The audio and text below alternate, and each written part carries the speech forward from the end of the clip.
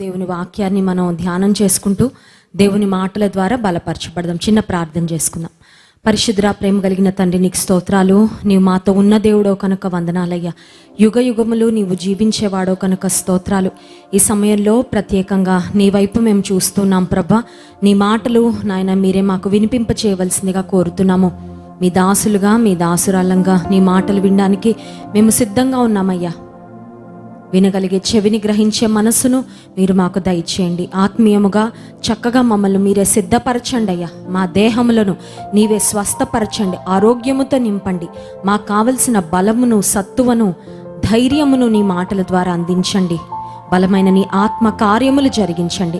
లైవ్లో ఎంతమంది పాలు పొందుతున్నారో వారందరినీ కూడా నీవు దృష్టిస్తున్నావు కనుక స్తోత్రాలు. నీ ఆత్మ ద్వారా ప్రతి ఒక్కరిని నీవే అభిషేకించుమని, నింపుమని, బలపరచుమని యేసు నామమున ప్రార్థిస్తున్నాము తండ్రి, ఆమేన్.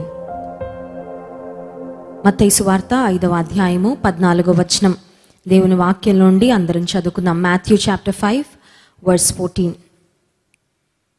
మీరు లోకమునకు వెలుగై ఉన్నారు. కొండ మీద ఉండు పట్టణము మరుగై ఉండనేరదు. మనుషులు దీపము వెలిగించి కొంచెము క్రింద పెట్టరు, కానీ అది ఇంట ఉండు వారికి అందరికీ వెలిగించుటకై దీపస్తంభము మీదనే పెట్టుదురు. మనుషులు మీ సత్క్రియలు చూచి పరలోకమందున్న మీ తండ్రిని మహిమపరిచినట్లు వారి ఎదుట మీ వెలుగు ప్రకాశింపనీడి. ఒక దీపం, ఒక క్యాండిల్, ఒక లైట్, ఒక ట్యూబ్ లైట్ అయినా, ఒక ఫ్లడ్ లైట్ అయినా, ఒక బల్బ్ అయినా మనం కొనుక్కున్నామంటే మనం కొనడంలో ఒక ఉద్దేశం ఉంటుంది. అదేంటంటే అవి మనకు వెలుగు ఇవ్వాలని. పూర్వకాలంలో ఎలక్ట్రిసిటీ, కరెంట్ లేనప్పుడు దీపాలు చాలా ఎక్కువగా వాడుతూ ఉండేవారు. సో దీపాన్ని కొనుక్కున్నారంటే ఖచ్చితంగా అది వెలిగివ్వడానికి. ఏ దీపమైనా సరే వెలగని దీపం అయితే దానివల్ల ఉపయోగం ఉండదు. దేవుడు నిన్ను నన్ను కూడా వెలగాలని ఆయన ఉద్దేశించి ఈ లోకంలో మనల్ని కలుగచేశాడు. ఒక ట్యూబ్ లైట్ మనం కొనుక్కున్న తర్వాత అది ఒకవేళ ఎంతగా పవర్కి కనెక్ట్ చేసినా వెలగట్లేదు అనుకోండి, దాన్ని రిపేర్ చేయడానికి ప్రయత్నం చేస్తాం, లేకపోతే దాన్ని డస్ట్బిన్కు మనం పరిమితం చేస్తూ ఉంటాం.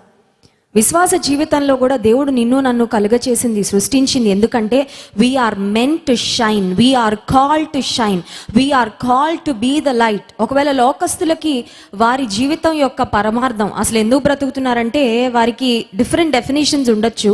లేక ఎందుకు బ్రతుకుతున్నాం మాకే తెలియదండి, మాకే ఒక క్లారిటీ లేదండి అని ఒకవేళ లోకస్తులు చెప్పచ్చు. కానీ దేవుని నమ్ముకున్న బిడ్డగా నిన్ను నన్ను యేసుక్రీస్తు ప్రభు ఎందుకు రక్షించాడు? Why am I saved? ఎందుకు రక్షించాడు దేవుడు నన్ను అంటే, ఎందుకు దేవుడు నిన్ను రక్షించాడంటే ఈ భయంకరమైన చీకటితో నిండిన ప్రపంచంలో నుండి మనల్ని ఎందుకు అలా హ్యాండ్ పిక్ చేశాడంటే he wants us to shine.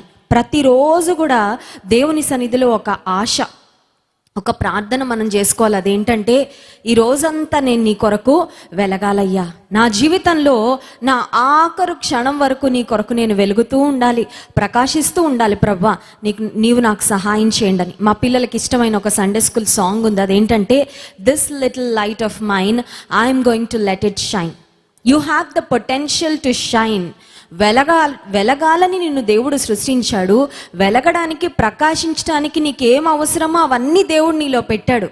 But గుర్తుపెట్టుకోవాల్సింది ఏంటంటే మనకు వెలగాలని ఆశ ఉంటే తప్ప, మనలో వెలుగైన దేవుడు ఉంటే తప్ప మనం ప్రకాశించలేం. అర్థమవుతుందండి? చాలామందికి కూడా లోకంలో దేవుడు వారిని ఉంచింది వెలగడానికి, ప్రకాశించడానికి అని తెలిసినప్పటికీ నీతి సూర్యుడైన యేసుక్రీస్తు ప్రభువుతో ఒక చక్కని సత్సంబంధాన్ని కలిగి ఉండకపోవడం వలన they are not able to receive that light.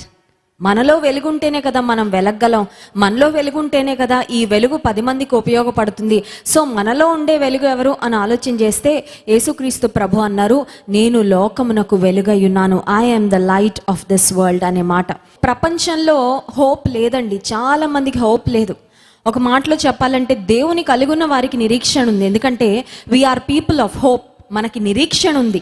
ఈ లోకం మట్టుకే కాదు మన నిరీక్షణ, నిత్య రాజ్యానికి కూడా మనల్ని చేర్చగలిగిన నిరీక్షణ, శుభప్రదమైన నిరీక్షణ, నిత్యమైన నిరీక్షణ మనకుంది. Hallelujah. We have everlasting hope. ఒకసారి మా అత్తమ్మ గారి ఫ్యామిలీ ప్రేయర్లో ప్రార్థన చేస్తూ నిత్యమైన నరకాగ్ని నుండి మమ్మల్ని తప్పించావు ప్రభు అని ప్రార్థన చేస్తూ ఉంటే మా రెండో అమ్మాయి పేరు నిత్య.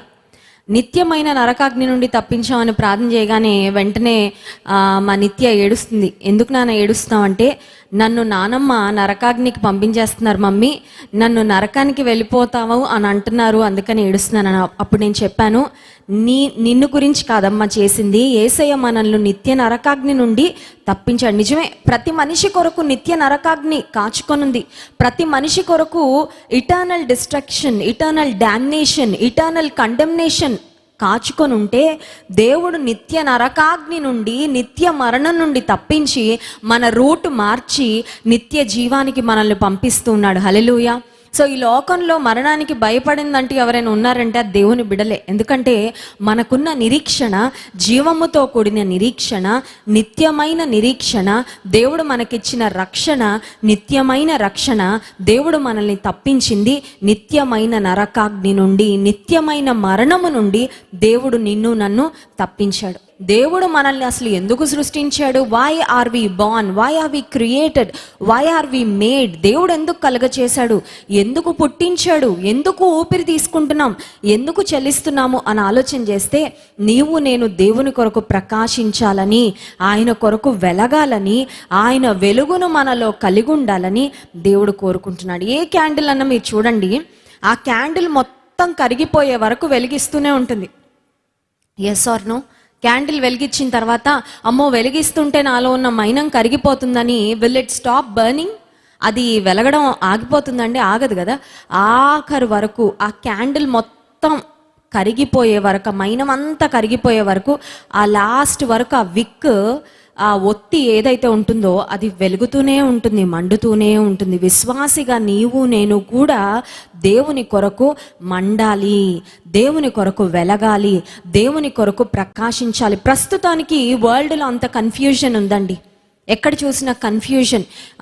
ఈ రోజుల్లో కోవిడ్ ఒక సిమ్టమ్ ఏమని చెప్తున్నారంటే మెంటల్ కన్ఫ్యూజన్ అంట. అంటే కోవిడ్ వచ్చిన వాళ్ళకి వాళ్ళ మానసిక పరిస్థితి చాలా ఆందోళనకరంగా ఉంటుంది. They don't know what's happening to them, they don't understand what's happening around them. వాళ్ళ చుట్టూ ఏం జరుగుతుందో వాళ్ళకి తెలియదు, వాళ్ళు ఏం చేస్తున్నారు, వాళ్ళు ఏ పని చేస్తున్నా దాని మీద కాన్సన్ట్రేషన్ ఉండదంట.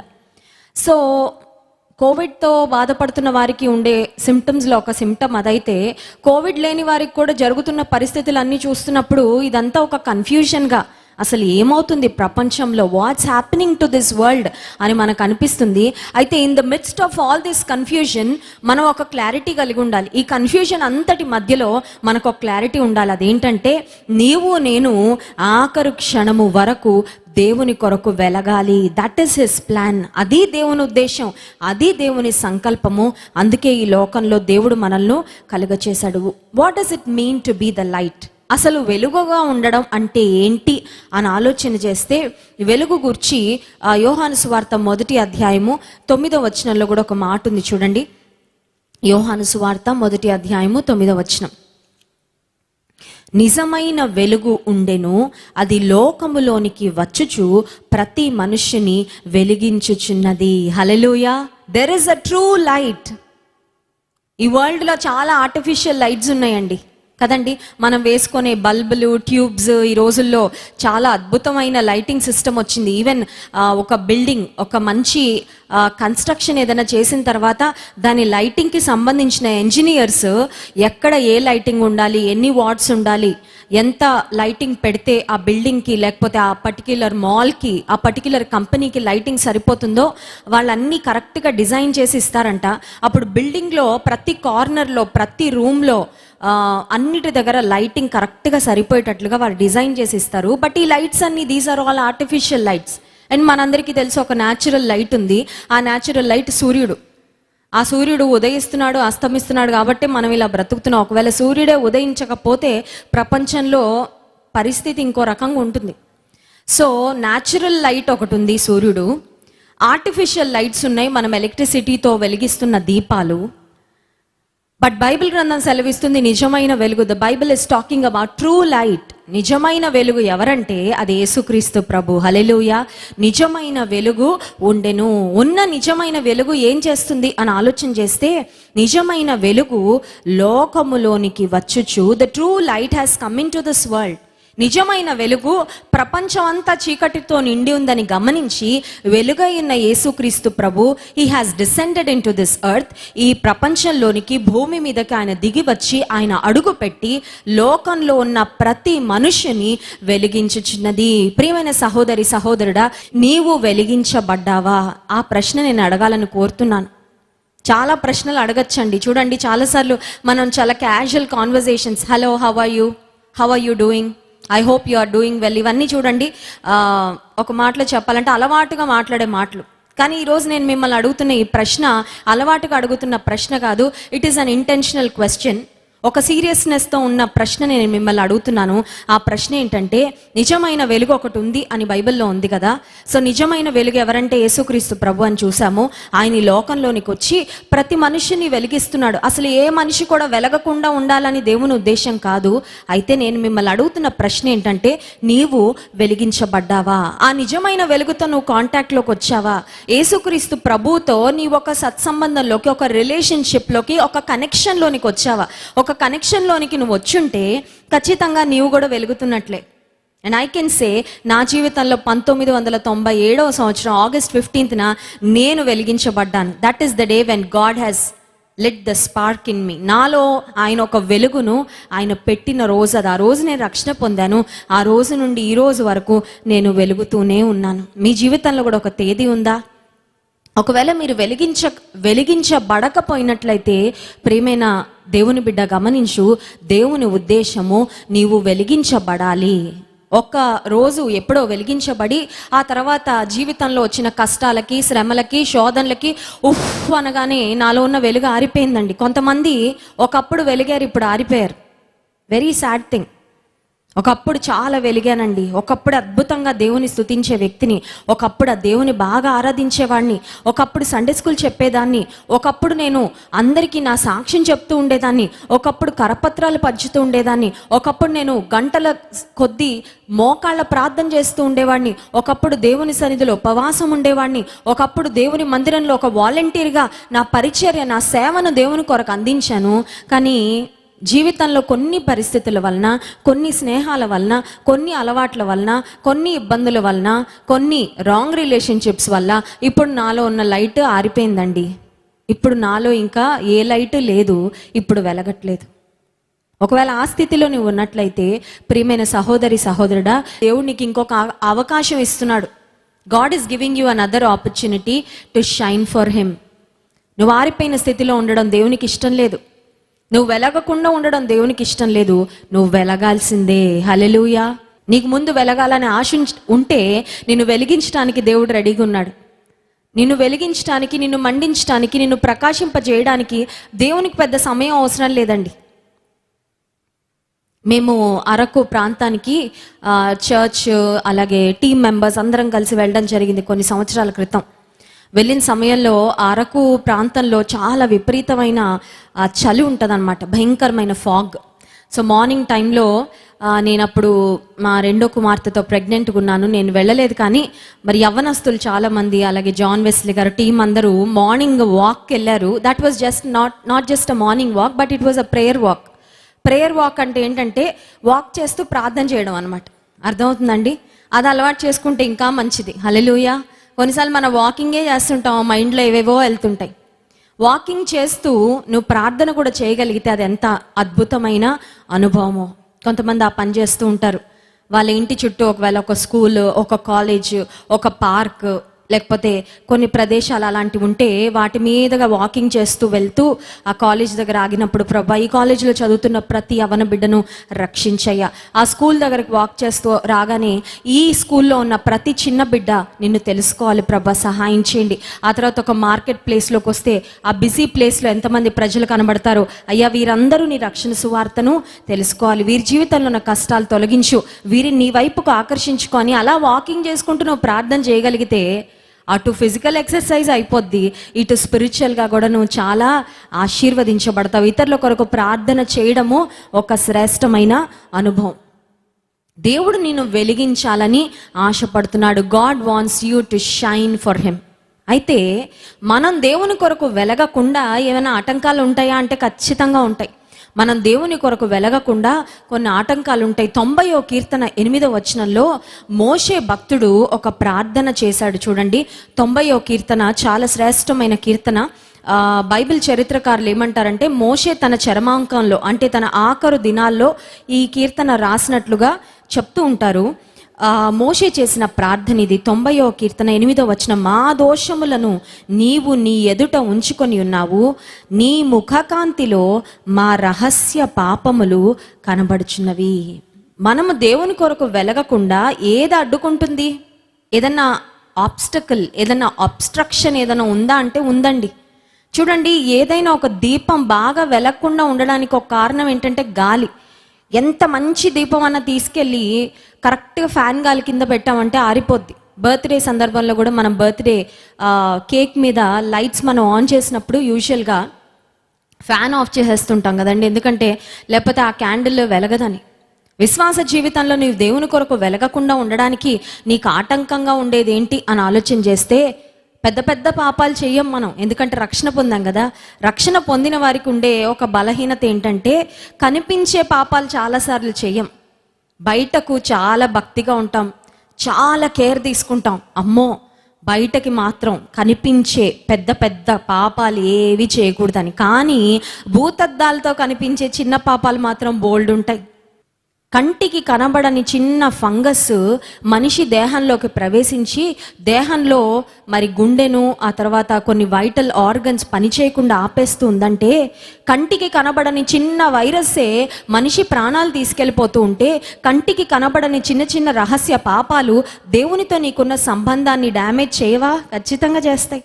కంటికి కనబడని చిన్న కరోనా వైరస్ వెళ్ళిపోయి చాలామంది గుండెలు ఆపేస్తూ ఉందే. కంటికి కనబడని చిన్న వైరస్ అనేక కుటుంబాలను విచ్ఛిన్నం చేసేస్తుందే. కంటికి కనబడని బయట వారికి, ఇతరులకు, మన కుటుంబీకులకు కనబడని రహస్య పాపాలు మన దేవుని కంటికి కనబడడం లేదా? అవి మన ఆధ్యాత్మిక జీవితాన్ని ఇబ్బంది పెట్టడం లేదా అంటే ఖచ్చితంగా ఇబ్బంది పెడుతున్నాయి. సీక్రెట్ సిన్స్ అనే మాట దేవుని వాక్యంలో మనం గమనిస్తున్నాం. నీ ముఖకాంతిలో మా రహస్య పాపములు కనబడుచున్నవి. దేవుని సన్నిధిలో మనం చేయాల్సిన ప్రార్థన ఏంటంటే నరహత్యలు, దొంగతనాలు, భయంకరమైన మోసాలు, అక్రమాలు ఇలాంటి మనం చేయకపోవచ్చు, కానీ మనలో ఉన్న చిన్న చిన్న రహస్య పాపాలంటే అవి టాప్ సీక్రెట్స్ అనమాట. దేవునికి మనకు తప్ప ఇంకెవరికి అవి తెలీదు. అటువంటి రహస్య పాపాలు ఏవైతే మన జీవితంలో ఉన్నాయో వాటిని దేవుని సన్నిధిలో ఒప్పుకొని వాటిని దేవుని సన్నిధిలో మనం విడిచిపెట్టగలిగితే దేవుడు మనకు తన కృపను అనుగ్రహిస్తాడు.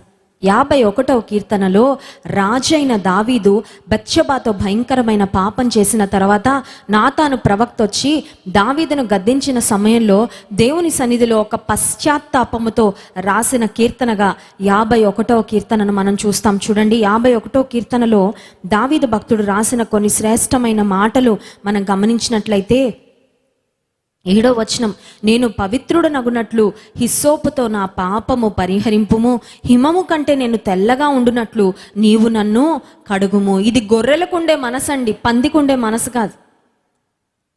2 జంతువులు, కానీ రెండిటికి డిఫరెంట్ మెంటాలిటీ. గొర్రె, పంది. బురదలో పడితే గొర్రె ఒక్క క్షణం కూడా ఆగదు, వెంటనే లేస్తుంది. ఏమైనా కడుక్కోవడానికి అవకాశం ఉంటుందేమో అని ప్రయత్నం చేస్తుంది. కానీ అదే ఒక పందికి ఒక డ్రైనేజ్ కనబడితే ఎంత హ్యాపీగా వెళ్ళి అందులో పడుకొని రిలాక్స్ అయ్యి అసలు బయటకు కూడా రావాలనుకోదు. నీవు రక్షించబడిన విశ్వాసివైతే ఒకవేళ ఏదైనా పాపంలో నువ్వు పడిపోయినా వెంటనే నువ్వు రిగ్రెట్ అవుతావు, వెంటనే దేవుని సన్నిధిలో ప్రార్థన చేస్తావు, ప్రభువా హిస్సోపుతో నా పాపమును కడుగు, హిమము కంటే తెల్లగా ఉన్నట్లు నన్ను, నా హృదయము మలినమైందయ్యా, నా మనస్సు మలినమైంది. There's something wrong in my heart.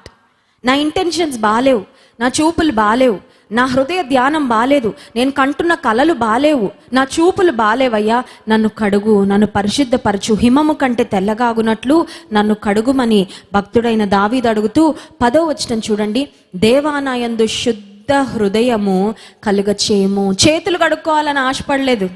ఈ రోజుల్లో అందరూ చేతులు కడగండి కడుగుతానే ఉన్నాం కదండి చేతులు. నాకు తెలిసి హ్యాండ్ వాష్లకి బోల్డ్ అంత ఖర్చు అయిపోతుంది ఈ రోజుల్లో. ఎప్పుడు వాడనంత ఎక్కువగా హ్యాండ్ వాష్లు వాడుతున్నాం మనం. Dettol hand wash, Savlon hand wash, అది ఇది జర్మ్స్తో ఏది బాగా పోరాడుతుంది, చేతుల్ని బాగా ఏది కడుగుతుందని చూసుకుంటున్నాం. కానీ నీ హృదయాన్ని కడుక్కోవడం గురించి ఆలోచించావా? నీ హృదయాన్ని కడుక్కొని ఎన్ని రోజులైంది? చేతులు కడుక్కోకపోతే నీకు వచ్చే నష్టం ఒక లెవెల్ అయితే, హృదయం కడుక్కోకపోతే నిత్య నరకాగ్నికి ఈ పాపపు హృదయం నేను ఈడ్చుకు వెళ్ళిపోతుంది. ఆ విషయం నువ్వు గ్రహించగలిగావా? Do you have a realization about that? దావీదు అడుగుతున్నాడు, శుద్ధ హృదయం ఇవ్వయ్యా, నాకు స్థిరమైన మనసు ఇవ్వు. ఎందుకంటే నా మనసు చంచలమైన మనసు. చూడండి, కొన్నిసార్లు మనకి సాబర్ మైండ్ ఉండదు, చంచలమైన మనసు. మంచి బలమైన ప్రసంగం వినగానే అబ్బా ఇంక ఈ రోజు నుంచి పౌలులాగా ఉండాలి, దానియేల్లా ఉండాలి, యోసెఫ్లా ఉండాలని మంచి తీర్మానం తీసుకొని అవతలకు వెళ్ళగానే సంసోన్లా తయారైపోయే వాళ్ళు ఉంటారు. అంటే దానికి కారణం ఏంటంటే స్థిరమైన మనస్సు లేక చంచలమైన మనసు. అందుకే భక్తుడైన దావీదు అంటున్నాడు, నా అంతరంగమందు స్థిరమైన మనస్సును నూతనముగా పుట్టించు. 12వ వచనంలో ఇంకో మాట అంటాడు, సమ్మతి గల మనసివ్వయ్య, నాకు సమ్మతి గల మనసివ్వు. 17వ వచనంలో అంటాడు, విరిగిన మనస్సు నాకు ఇవ్వు, నలిగిన హృదయం నాకు ఇవ్వు. నీ మనసును బట్టి నీ ఆధ్యాత్మిక జీవితం ఆధారపడి ఉంటుంది. నీ మనసు హృదయం అవి రెండు ఇంటర్చేంజబుల్గా మనం వాడచ్చు. ఒకదాని స్థానంలో మరొకటి మనం వాడచ్చు. నీ మనసు ఎలా ఉంది? శుద్ధమైన మనసుందా? శుద్ధమైన హృదయం ఉందా? శుద్ధమైన మనసు లేకపోతే పాపంతో నిండిన హృదయము, మలినమైపోయిన హృదయము, దుష్ట తలంపులతో నిండిన హృదయం నీకుంటే నీలో దేవుని వెలుగు లేదు. నీవు దేవుని కొరకు సరిగ్గా ప్రకాశించడం లేదు అని ప్రియమైన సహోదరి సహోదరుడా గుర్తించు, మేల్కో. 5వ అధ్యాయము మత్తయి సువార్తలో యేసుక్రీస్తు ప్రభువారు కొండ మీద ప్రసంగం చేస్తూ, మీరు పెద్ద పెద్ద పాపాలు చేయడం గురించి నేను మాట్లాడట్లేదు, కానీ చిన్న చిన్న పాపాల గురించి కూడా మాట్లాడతానని Jesus addressed the smallest sins. ఈ రోజుల్లో చిన్న వైరస్ పెద్ద ప్రమాదం తీసుకొస్తున్నప్పుడు మనం గ్రహించాలి, చిన్న పాపం కూడా నీ జీవితానికి పెద్ద డ్యామేజ్ కలుగచేయగలదని. యేసుక్రీస్తు ప్రభువారు చేసిన కొండ మీద ప్రసంగంలో మత్తయి సువార్త 5వ అధ్యాయంలో ఆయన చిన్న చిన్న పాపాల గురించి అడ్రస్ చేశారండి. యేసుప్రభు అంత బిజీ కదండి, చిన్న పాపలు పట్టించుకుంటాడంటే పట్టించుకుంటారు. యేసుప్రభు చెప్పిన మాట మత్తయి సువార్త 5వ అధ్యాయము 22వ వచనం, నేను మీతో చెప్పున్నదేమనగా తన సహోదరుని మీద కోపపడు ప్రతివాడు విమర్శకు లోనగును, తన సహోదరుని చూచి వ్యర్థుడా అని చెప్పువాడు మహాసభకు లోనగును, ద్రోహి అని చెప్పువాడు నరకాగ్నికి లోనగును. సహోదరిని చంపినవాడు, సహోదరిని వెన్నుపోటు పొడిచినవాడు, నరహత్య చేసినవాడు అని రాయలేదండి ఇక్కడ. సహోదరుని ద్రోహి అంటే, సహోదరుని వ్యర్థుడా అంటే, సహోదరుని ఎవరైతే కోపపడతారో వారు కూడా నరకాగ్నికి లోనవుతారు. అంటే కోపం, ద్వేషం, అసూయ ఇవన్నీ ఎక్కడ స్టార్ట్ అవుతాయి? ఇక్కడే. నీ హృదయంలో ప్రారంభమయ్యే చిన్న చిన్న పాపాలు కూడా నీ ఆధ్యాత్మిక జీవితాన్ని బహుభయంకరమైన విధానంలో డ్యామేజ్ చేయగలవు అని గుర్తించు.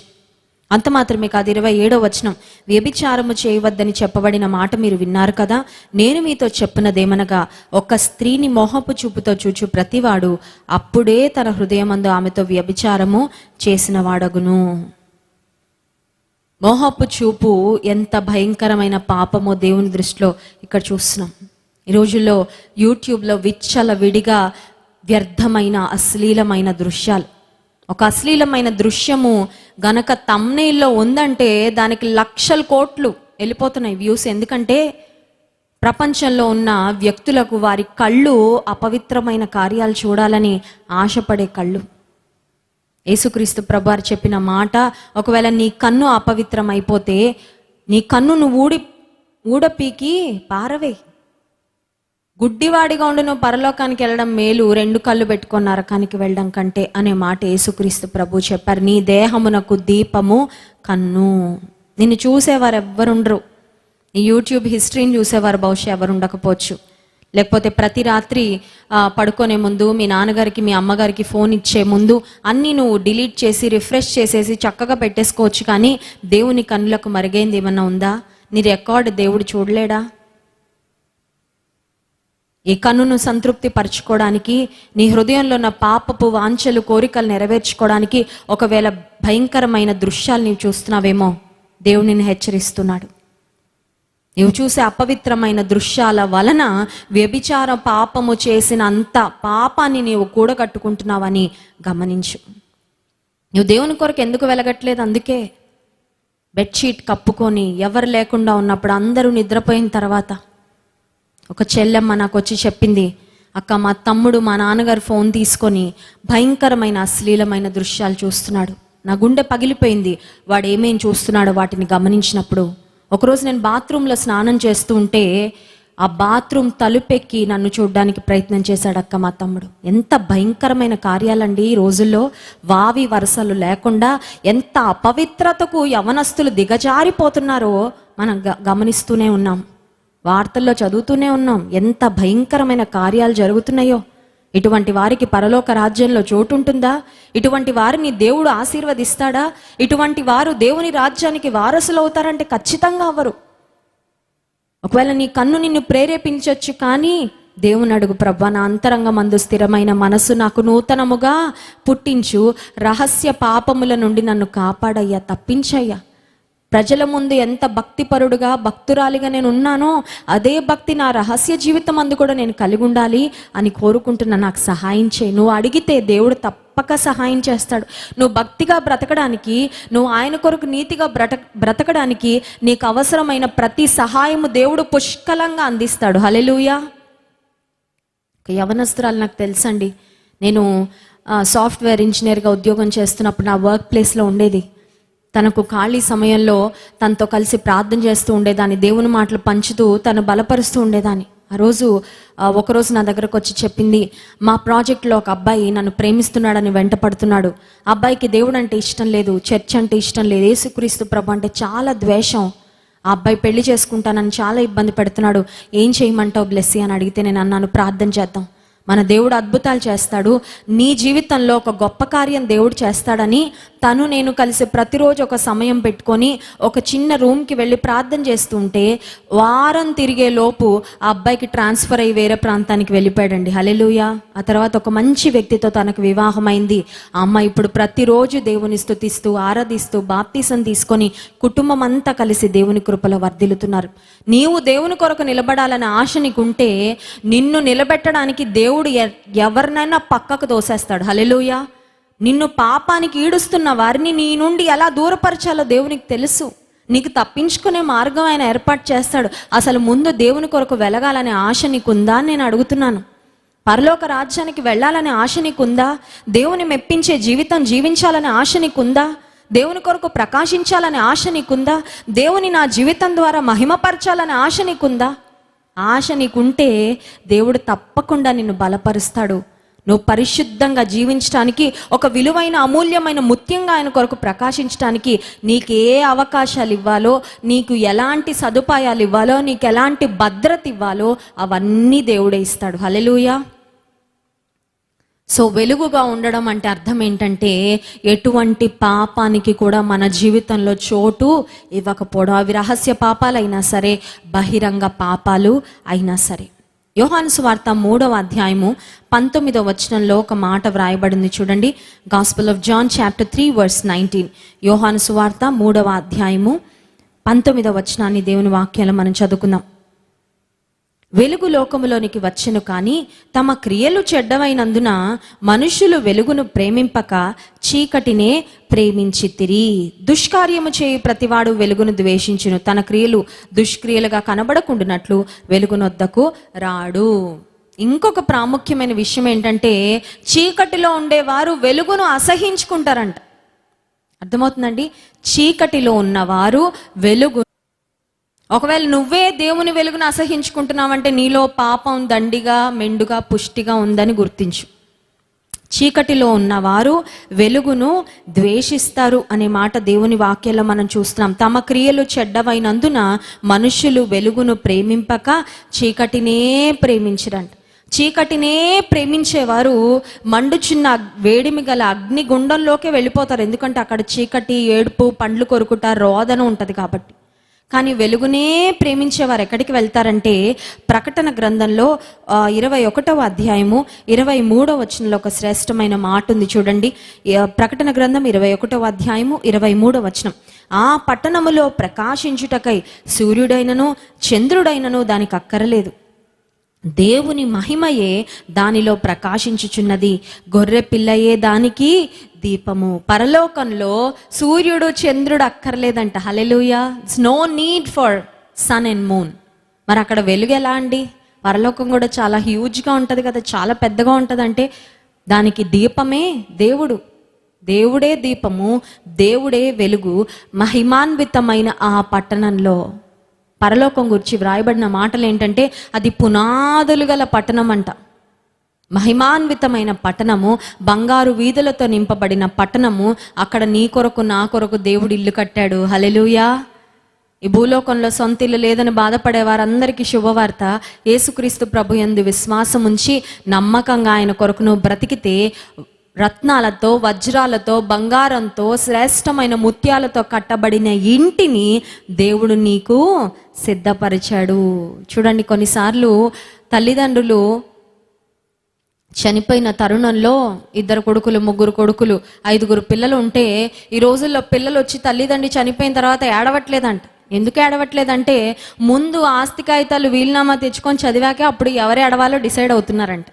అంటే ఆస్తి ఎవరికి రాశారో వాళ్ళు ఏడుస్తున్నారు, ఆస్తి రాయిన వాళ్ళు వీళ్ళు ఉంటే ఏంటి పోతే ఏంటని వెళ్ళిపోతున్నారంట. అలాంటి భయంకరమైన పరిస్థితులు ఈ ప్రపంచంలో జరుగుతున్నాయి. కానీ యేసుక్రీస్తు ప్రభు యందు నీ విశ్వాసం ఉంచితే ఆయన నీ పేరు ఒక ఇంటిని రాసి పెట్టేశాడు ఆల్రెడీ. హల్లెలూయా.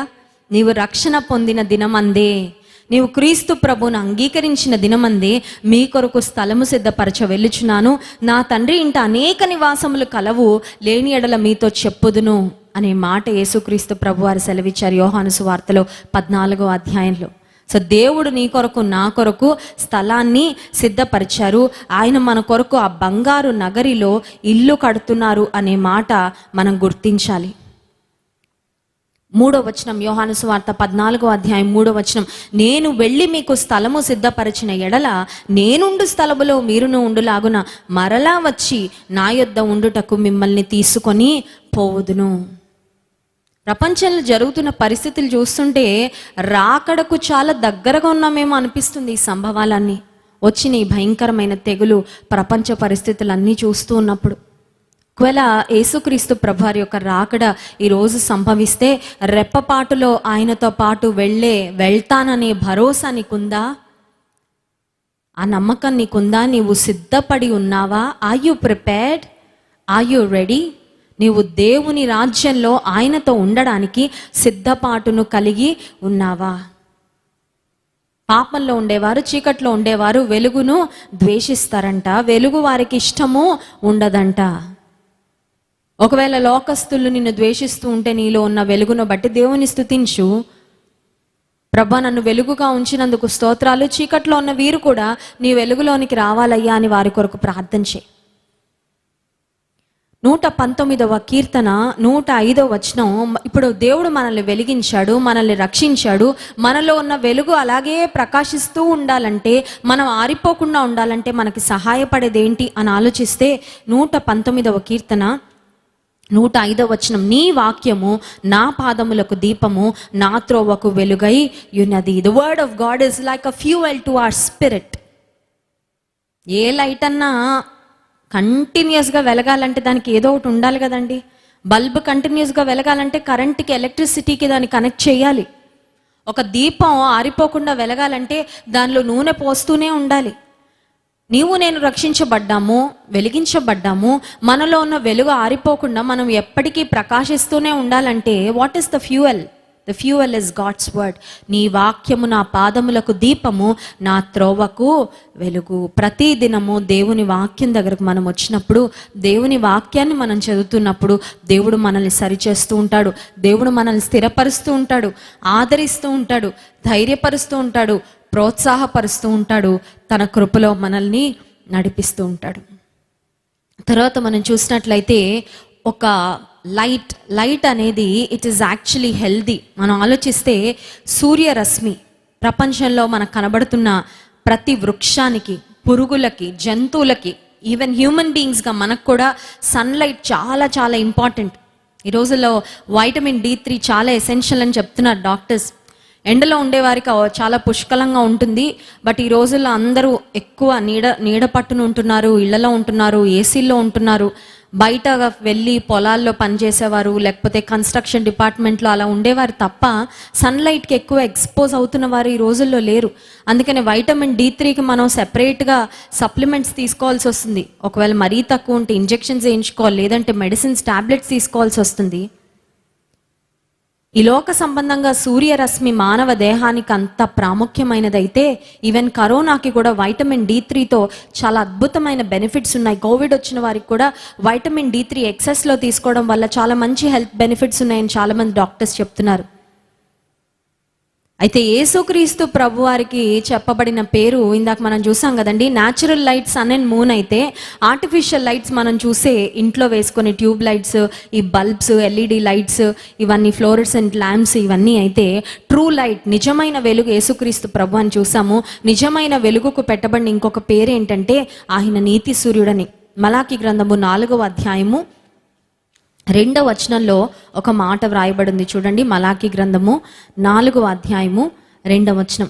అయితే నా నామమందు భయభక్తులు గలవారగు మీకు నీతి సూర్యుడు ఉదయించును, అతని రెక్కలు ఆరోగ్యము కలుగచేయును గనుక మీరు బయలుదేరి క్రొవ్విన దూడలు గంతులు వేయినట్లు గంతులు వేయుదురు. తన నామమందు భయభక్తులు గలవారికి నీతి సూర్యుడు ఉదయిస్తాడు. The sun of righteousness will rise with healing in his wings అనే మాట. నీతి సూర్యుడు ఉదయిస్తాడంట. నీతి సూర్యుడు మనకేం కలగజేస్తాడంటే ఆరోగ్యము కలగజేస్తాడు. ఉదయకాల సమయంలో ఒకవేళ కోవిడ్తో బాధపడుతున్నావా, నిరాశగా ఉన్నావా, కృంగిపోయి ఉన్నావా, నాకు సహాయం చేసేవారు ఎవరండి, నన్ను స్వస్థపరిచేవారెవరు, నాకు ఆరోగ్యం ఇచ్చేవారెవరు, నన్ను లేవనెత్తేవారెవరు, మరణం నుండి తప్పించేవారెవరని ఆలోచిస్తున్నావా? దేవుడు నీకు శ్రేష్టమైన వాగ్దానము ఇస్తూ ఉన్నాడు. నీతి సూర్యుడు మీ కొరకు ఉదయించును. హల్లెలూయా. ఎవరైనా మన దగ్గరకు వచ్చి మీకోసమే వచ్చానండి అన్నారనుకోండి, ఎంత ఆనందమో. ఎవరైనా ఇంటికి వెళ్తే మీకు ఇష్టమని మీకోసమే ఈ ఆహార పదార్థం చేసి పెట్టానండి, ఈ డిష్ మీ కొరకే సిద్ధపరిచానంటే ఎంత హ్యాపీయో. ఒక గిఫ్ట్ కొని మీకోసమే కొన్నానని ఇస్తే ఎంత ఆనందమో. Our God is a personal God. మన దేవుడు వ్యక్తిగతమైన దేవుడు అండి. వ్యక్తిగతంగా ఒక్కొక్కరిని పట్టించుకునే దేవుడు, మన బాగోగులను చూసుకునేవాడు, మన పట్ల శ్రద్ధ వహించేవాడు. దేవుని వాక్యం సెలవిస్తుంది, నీతి సూర్యుడు మన కొరకు ఉదయిస్తాడు, మీకు నీతి సూర్యుడు ఉదయించును. బయట ఎండ చాలా వేడిగా ఉందండి. మందిరానికి రావడానికి కారు ఎక్కితే ఆ వేడి చూడగానే ఒక ప్రార్థన చేశాను, ప్రభువా ఈ వేడే తట్టుకోలేకపోతున్నామయ్యా, నరకాగ్నిలో పడిన వారు ఆ వేడికి ఇంకెంత కాలిపోతున్నారో, నిత్య నరకాగ్ని నుండి రక్షణ లేని వారిని తప్పించయ్యా అని ప్రార్థన చేసుకుంటూ వచ్చాను. ఇక్కడికి వచ్చేటప్పుడు బయట ఎండ వేడిమి మనం తట్టుకోలేకపోతున్నాం, కానీ నీతి సూర్యుడు నీ కొరకు నా కొరకు ఉదయించి ఆయన మనకు ఆరోగ్యాన్ని కలుగచేస్తానని వాగ్దానం చేస్తున్నాడు. దేవుని వాగ్దానాన్ని మనం క్లెయిమ్ చేద్దాం. When you are connected to the true light, నిజమైన వెలుగుతో నీవు సత్సంబంధాన్ని కలిగి ఉంటే, చంద్రునికి ఉండే ఒక లక్షణం ఏంటంటే, సూర్యుని యొక్క వెలుగును చంద్రుడు తీసుకొని ఆ వెలుగును చంద్రుడు ప్రకాశింపజేస్తూ ఉంటాడంట. మనం కూడా అంతే. మనం వెలుగంటే మనలోకి వచ్చే వెలుగు ఎక్కడి నుంచి వస్తుందంటే దేవుని నుంచి మనకు వెలుగు వస్తుంది. When we are connected with the true light, నిజమైన వెలుగుతో మనము కనెక్ట్ అయినప్పుడు, when we stay connected with God, then we will be filled with his light so that we can shine his light in this dark world. ఈ చీకటితో నిండిన ప్రపంచంలో ఆఖరు క్షణం వరకు నీవు దేవుని కొరకు వెలగాలి. He wants you to shine. అసలు పుట్టించిందే అందుకు, కలుగ చేసిందే అందుకు, రక్షించుకుందే అందుకు, ఆశించింది కూడా అదే దేవుడు మన నుండి. మీరు నా కొరకు వెలగండి. అడుగుదాం, ప్రవ్వా నీ కొరకు వెలగడానికి నాకు సహాయం చేయి. నీ కొరకు నేను ప్రకాశించాలయ్యా. నేను నీ కొరకు ప్రకాశించకుండా ఏ రహస్య పాపాలు, ఏ బలహీనతలు అడ్డుపడుతున్నాయో ఆ అడ్డులన్నిటిని నీవు తొలగించు ప్రభువా. నీవు నాకు సహాయం చేయమని కళ్ళు మూసుకోండి, ప్రార్థన చేసుకుందాం. యెహోవా మహిమా నీ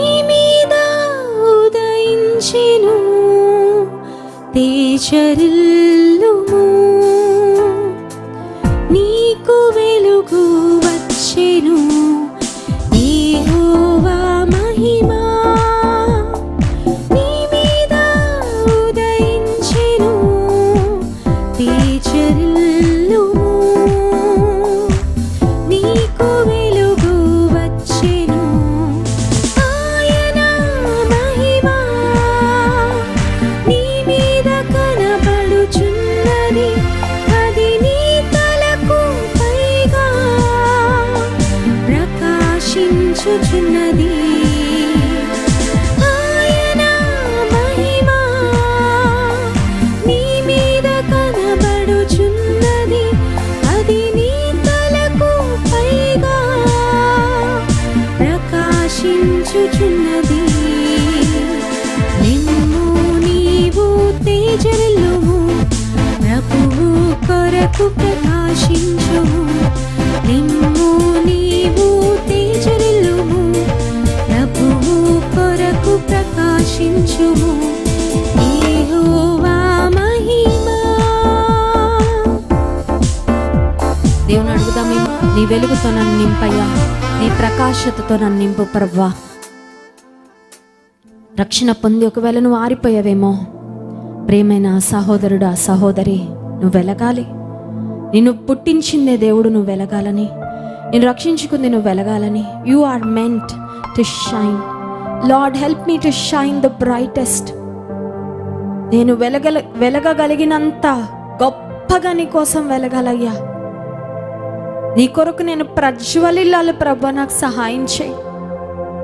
ఏ అడ్డు, ఏ ఆటంకం, ఏ పాపము, ఏ బలహీనత నీ కొరకు నేను వెలగకుండా అడ్డుపడుతుందో ఆ పాపాన్ని సన్నిధిలో ఒప్పుకుంటున్నానయ్యా. తమ్ముడు చెల్లి, దేవునితో మాట్లాడుతున్నాడు. వెలుగుతున్నావా నీవు దేవుని కొరకు? ఎందుకు ఆరిపోయావు? ఎప్పుడు ఆరిపోయావు? ఎక్కడ ఆరిపోయావు? ఒక్కసారి దేవుని సన్నిధిలో ఒప్పుకో. అయ్యా క్షమించయ్యా, నా యోగ్యతను క్షమించయ్యా, నా పాపాన్ని క్షమించయ్యా. ఇక చీకట్లో బ్రతకనయ్యా, ఇక వెలుగైన నీకు దూరంగా బ్రతకను ప్రభువా. Lord, I want to live close to you. వెలుగులో ఉండాలని కోరుకుంటున్నా, వెలుగులో నడవాలని ఆశిస్తున్నా, నీతో అన్యోన్య సహవాసం కలిగి ఉండాలని కోరుకుంటున్నా ప్రభువా. నీ కొరకు నేను ప్రకాశించాలని కోరుకుంటున్నా ప్రభువా, నాకు సహాయం చేయి. ఇప్పటి వరకు దేవుని కొరకు వెలగకుండా ఉన్నవారు, ఒకవేళ ఒకప్పుడు బాగా వెలిగి ఇప్పుడు ఆరిపోయావేమో, దేవుడు నిన్ను సంధిస్తూ ఉండగా ఒక తీర్మానం తీసుకుంటావా? ప్రియమైన సహోదరుడా సహోదరి, అన్న అక్క, నీ జీవితంలో దేవుడు ఒక మంచి అవకాశం ఇస్తున్నాడు. ఆయన కొరకు వెలగాలని. వెలుగుతావా ఆయన కొరకు? ప్రకాశిస్తావా ఆయన కొరకు? నిన్ను రక్షించుకున్న రక్షకుణ్ణి ఆయన కొరకు ప్రకాశించటం ద్వారా మహిమపరుస్తావా? చీకటిలో బ్రతికితే నిత్య నరకాగ్ని నీ కొరకు కాసుకునుంది, జాగ్రత్త. నిత్య నరకాగ్ని నుండి, నిత్య నాశనం నుండి నిన్ను తప్పించి నిత్య జీవానికి నిన్ను నడిపించాలని దేవుడు నిన్ను చేతులు చాపి పిలుస్తున్నాడు. ఒక్కసారి ఆయన్ని చూడు, ఒక్కసారి ఆయన ప్రేమను చూడు, ఒక్కసారి ఆయన పిలుపును గ్రహించు, ఒక్కసారి దేవుని యొక్క ప్రేమను అర్థం చేసుకో. జరిగిన నష్టం జరిగిపోయింది. ఇక చీకట్లో బ్రతికిన దినాలు చాలు, ఇక పాపంలో జీవించిన దినాలు చాలు. ఆ జీవితానికి స్వస్తి చెప్తావా? Can you say good bye to that sinful life, to that worldly life? శరీరాశలు, లోకాశలు, లోకేచ్ఛలు నెరవేర్చుకుంటూ బ్రతికిన దినాలు ఇంకా చాలు. గతించిన దినము, గతించిన జీవితం చాలిక వాటి కొరకు. ఒక తీర్మానం తీసుకో. దేవుడు నీతో మాట్లాడుతూ ఉండగా, దేవుడు నిన్ను సంధిస్తూ ఉండగా, నేను ఇప్పటి నుంచి దేవుని కొరకు వెలుగుతాను, నా కొరకు ప్రార్థన చేయండి అని ఆశపడిన వారు ఎవరైనా ఉన్నట్లయితే ఒక్కసారి మీరున్న చోటనే నేను చెప్తున్న ఈ చిన్న ప్రార్థన నా తర్వాత చెప్పండి. నీ పాపాలను ఒప్పుకోకపోతే నీకు రక్షణ లేదు, నీకు నిత్య జీవం లేదు. దేవునికి అన్నీ తెలుసు నీ జీవితంలో. God knows it all. అన్నీ తెలుసు, అన్నీ తెలుసు. ఏం దాచిపెట్టలేవు ఆయనకు. దేవునికి దూరంగా బ్రతికి ఏం సాధిస్తావు నీ జీవితంలో? నరకాగ్ని తప్ప ఏం సాధించలేవు నువ్వు. దేవునితో మాట్లాడుతున్నాడు. దేవుడు నిన్ను దర్శిస్తూ ఉండగా ఆయనకు నీ హృదయంలో చోటివ్వు. చీకటి జీవితాన్ని, పాపపు జీవితాన్ని విడిచిపెట్టి దేవుని కొరకు జీవించాలని ఆశపడుతున్న వారు ఈ ప్రార్థన నా తర్వాత చెప్పండి. ప్రియమైన యేసయ్య, నీ వాక్యము ద్వారా నాతో మాట్లాడినందుకు వందనాలు. గతంలో నేను చేసిన ప్రతి పాపమును నీ సన్నిధిలో ఒప్పుకుంటున్నాను. నీ రక్తముతో నన్ను కడగండి, నీ బిడ్డగా నన్ను చేసుకోండి. ఈ దినము నుండి నీ కొరకు వెలుగుతానయ్యా, నీ కొరకు ప్రకాశిస్తానయ్యా. నా కడ ఊపిరి వరకు నీ మహిమ కొరకు బ్రతుకుతా ప్రభువా. నాకు సహాయం చేయి. నీ కొరకు సాక్షిగా నన్ను నిలవబెట్టండి. నీ రాజ్య వారసుడిగా నన్ను చేయండి. యేసు నామమున ప్రార్థిస్తున్నాము తండ్రి, ఆమేన్. అందరం కలిసి ముగింపు ప్రార్థన చేసుకుందాం. పరిశుద్ధ ప్రేమ కలిగిన తండ్రి, నీకు స్తోత్రాలు. నీ వాక్యం ద్వారా మీరు మాతో మాట్లాడినందుకు వందనాలయ్యా. నిజమైన వెలుగుగా ఈ లోకానికి వచ్చి ప్రతి మనిషిని వెలిగించాలని నువ్వు ఆశపడ్డావు ప్రభువా. కానీ ఇంకా చీకట్లో ఉన్నవారు ఎందరో కోట్ల మంది ఉన్నారయ్యా. నిజమైన వెలుగుకు దూరంగా బ్రతుకుతున్నవారు, నిజమైన వెలుగును ద్వేషిస్తూ అసహించుకుంటున్నవారు, తమ క్రియలు చెడ్డవి కనుక వెలుగుకు దూరంగానే కంఫర్టబుల్గా ఫీల్ అవుతున్నవారు చాలామంది ఉన్నారయ్యా. మా చుట్టూ ఉన్న నశించే ఆత్మల కొరకు ప్రార్థన చేస్తున్నాము. భారము కలిగి వారి కొరకు విజ్ఞాపన చేస్తున్నాం ప్రభా. రక్షణ పొందకుండా మరణ పడకలు ఎంతోమంది ఎక్కేస్తున్నారయ్యా. రక్షణ పొందకుండానే ఈ లోకాన్ని విడిచిపెట్టి అనేక మంది అనంత లోకాలకు, నిత్య నరకాగ్నికి వెళ్ళిపోతున్నారయ్యా. ఇవే ఒక్కసారి కనికరించండి. ఈ రక్షణ సువార్త ప్రపంచంలోనందరికీ చేరునట్లు సహాయం చేయ ప్రభా. ఈ పరిచర్య ద్వారా ప్రతిదినం అందించబడుతున్న స్వచ్ఛమైన వాక్యము ఇంకా అనేక మందికి చేరాలి ప్రభా. సహాయం చేయి నాయన. అనేక మంది నీ తట్టు ఆకర్షించు ప్రభా. అనేక మంది రక్షణ పొందినట్లు సహాయం చేయి నాయన. ఎంతమంది నీ వాక్యాన్ని విని వారి హృదయంలోకి నిన్ను ఆహ్వానించారు, వారి పాపాలని సన్నిధిలో ఒప్పుకున్నారు, వారి తీర్మానాలను స్థిరపరచండి. అంతము వరకు వారిని నీ కొరకు నిలబెట్టండి అయ్యా. నీ కొరకు మేమందరము వెలగాలి, ప్రకాశించాలి ప్రభా. సహాయం చేయండి. ఈ లోకంలో మా చుట్టూ ఉన్నవారు మా సత్క్రియలను చూచి నిన్ను మహిమపరచాలి ప్రభా. సహాయం చేయండి. మంచి హృదయం, నిర్మలమైన మనస్సాక్షిని, పవిత్రమైన హృదయాలను, స్థిరమైన మనస్సును, విరిగి నలిగిన మనస్సును, శుద్ధమైన హృదయాన్ని మీరు మాకందరికీ అనుగ్రహించండి. పెద్దలైన వారిని, సీనియర్ సిటిజన్స్ని జ్ఞాపకం చేసుకోండి. తల్లులను, తండ్రులను జ్ఞాపకం చేసుకోండి. తమ్ముళ్ళను, చెల్లెమ్మలను జ్ఞాపకం చేసుకోండి. చంటి బిడ్డలను జ్ఞాపకం చేసుకోండి. గర్భిణీ స్త్రీలను జ్ఞాపకం చేసుకోండి. అనాథలను జ్ఞాపకం చేసుకోండి. విధవరాండ్రని జ్ఞాపకం చేసుకోండి. నిస్సహాయ పరిస్థితుల్లో ఎంతమంది ఉన్నారో, హాస్పిటల్ బెడ్ దొరక్క ఎంతమంది ప్రయత్నాలు చేస్తున్నారో అయ్యా, వారికి నీ సహాయం అందించండి. ఎంతమంది సాచురేషన్స్ పడిపోతున్నాయో వారి జీవితంలో అద్భుత కార్యం చేయండి అయ్యా. ఎంతమంది మరణంతో పోరాడుతున్నారో ప్రభా, వారిని మరణం నుండి తప్పించండి. ఇప్పుడే నీ గాయపడిన హస్తముతో వారిని ముట్టి లేవనెత్తుమని ప్రార్థన చేస్తున్నామయ్యా. నీ కొరకు సజీవ సాక్షులుగా వారిని వాడుకోండి. మా ప్రార్థన విన్నందుకు స్తోత్రాలు. మా ప్రార్థనకు అడుగు వాటి కంటే, ఊహించు వాటి కంటే అత్యధికంగా చేసి శక్తిమంతుడైన దేవుడో జవాబివ్వబోతున్నందుకు స్తోత్రాలయ్యా. ఈ ప్రజల యొక్క ప్రతి మనవిని, ప్రతి మొరను నీవు ఆలకించు ప్రభా. సహాయం చేయండి. నీ కనుదృష్టిని మా మీద ఉంచండి అయ్యా. నీ దయను మా మీద ఉంచండి. నీ సహాయం సమృద్ధిగా మాకు దయచేయండి. భయంతో ఉన్న వారిని ధైర్యంతో నింపండి. నిరాశతో ఉన్న వారిని నిరీక్షణతో నింపండి ప్రభా. ఆత్మీయంగా పడిపోయిన వారిని నిలబెట్టండి, స్థిరపరచండి. మహిమ, ఘనత, ప్రభావములు, స్తుతి నీకే చెల్లిస్తూ విన్న వాక్యం మా హృదయాల్లో సమృద్ధిగా ఫలింప చేయమని యేసు నామమున ప్రార్థించి స్తుతించి దీన మనసుతో అడిగి వేడుకుంటున్నాము తండ్రి. ఆమేన్.